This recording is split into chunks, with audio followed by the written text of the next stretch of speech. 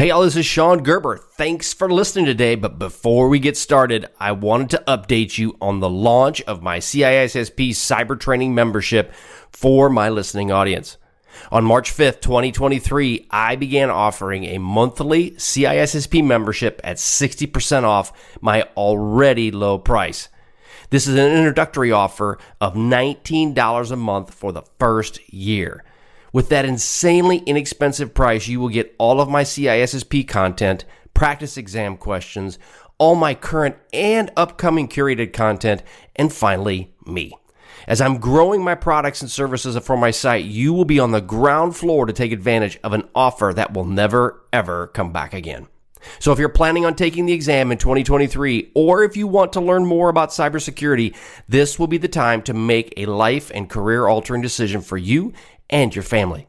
This amazing offer is only available for the next 2 weeks, so I highly recommend that you don't delay and sign up today. All right, let's get started. Welcome to the Reduce Cyber Risk and CISSP Training Podcast, where we provide you the training and tools you need to pass the CISSP exam the first time. Hi, my name is Shon Gerber, and I'm your host for this action-packed, informative podcast. Join me each week as I provide the information you need to pass the CISSP exam and grow your cybersecurity knowledge. All right, let's get started. Giddy up. All right, practice CISSP exam question 4. When considering the data owner for an application or the data itself, who would be the best owner of the data? Again, understand what they're asking for. Considering the data owner of the application or the data itself, so you have two different pieces, who would be the best owner of the data? You have a CIO, which is your Chief Information Officer. You have a CTO, which is your Chief Technology Officer. You have your business owner or IP owner, or you have your IT organization as a whole. Now, so if you're considering the data or the application, well, the application could be the CTO or the CIO, but the data itself may be somebody very different. And we'll talk about this at CISSP I have this video specifically around this where you really need to get the business owner or the IP owner, the individual who owns the intellectual property, to be able to be the one that can give you the best control of the data. And they should be the individual that owns the data. One common problem that happens within organizations is they will set up the technology people or the IT individuals as the owner of the data. This is not a good practice. It's a bad idea because IT doesn't really own any of the data in most cases. They serve up the data.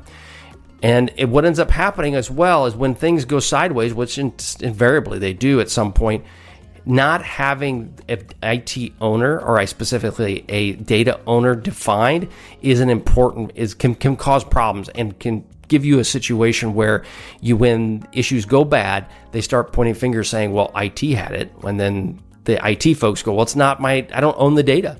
So there's a back and forth. So it's best right away at the beginning, when you are setting up any sort of data classification, you need to set up who is the best owner of that specific data. And in this question, the best owner would be the business owner or IP owner. Again, that is question C. All right, practice CISSP exam question 5.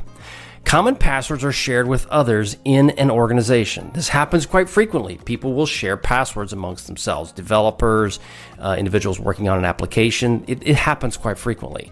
So as you are studying for your CISSP exam, what part of the CIA triangle is compromised through this action? Confidentiality, availability, integrity, or all of the above? So if you're looking at when you're sharing passwords, what of the three of the CIA triad would be compromised? Well, confidentiality is compromised when passwords are shared amongst personnel. That happens frequently, right? If you do that, you are now exposing the confidentiality of that password, the protection of that password.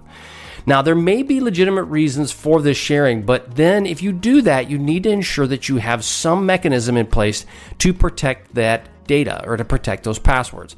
A PAM, we talked about earlier, a password access management tool would be a very good tool. I know Keeper Password and other password type of products will do a sharing password thing where you can actually set aside this. It will go to Shon, it'll go to Bill, and then you can have those people and they will gain access to that specific password.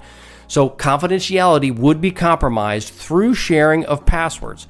So you need to ensure that this doesn't happen. And if it does occur when you get onto your new role with whatever company you go work for, that you implement a way for that people can share these passwords.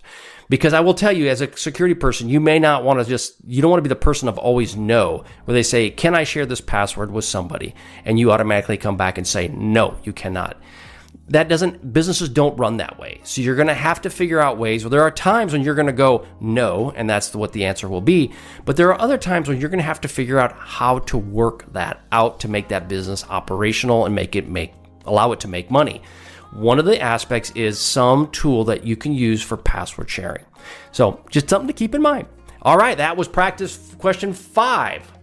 All right, that's all we have for today. If you have any questions, please feel free to head back to CISSP Cyber Training.com.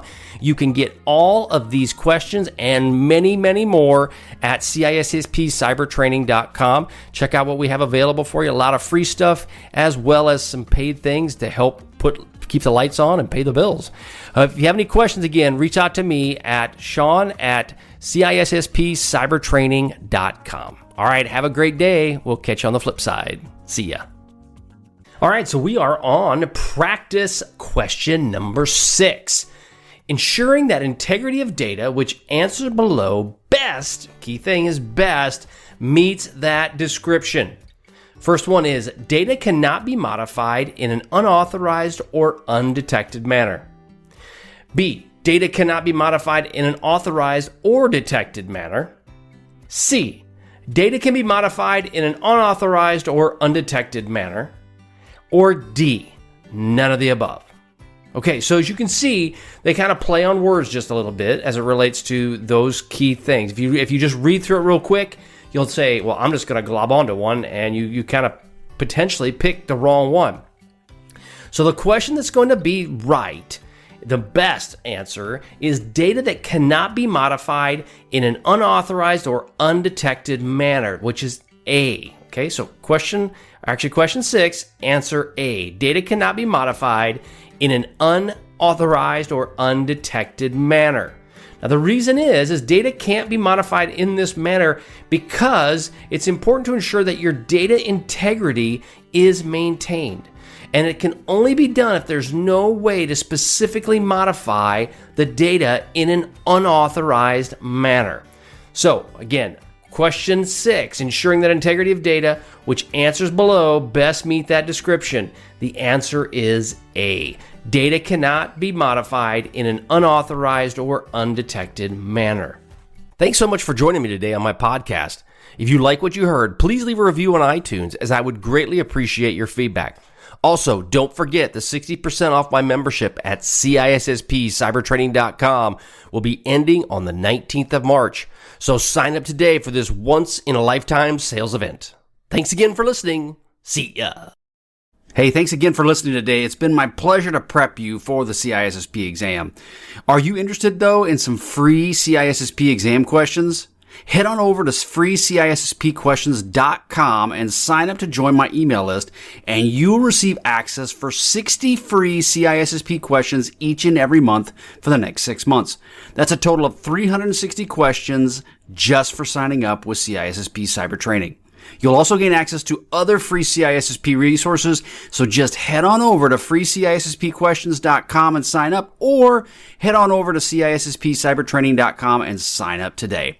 Have a wonderful day, and we will catch you on the flip side. See ya.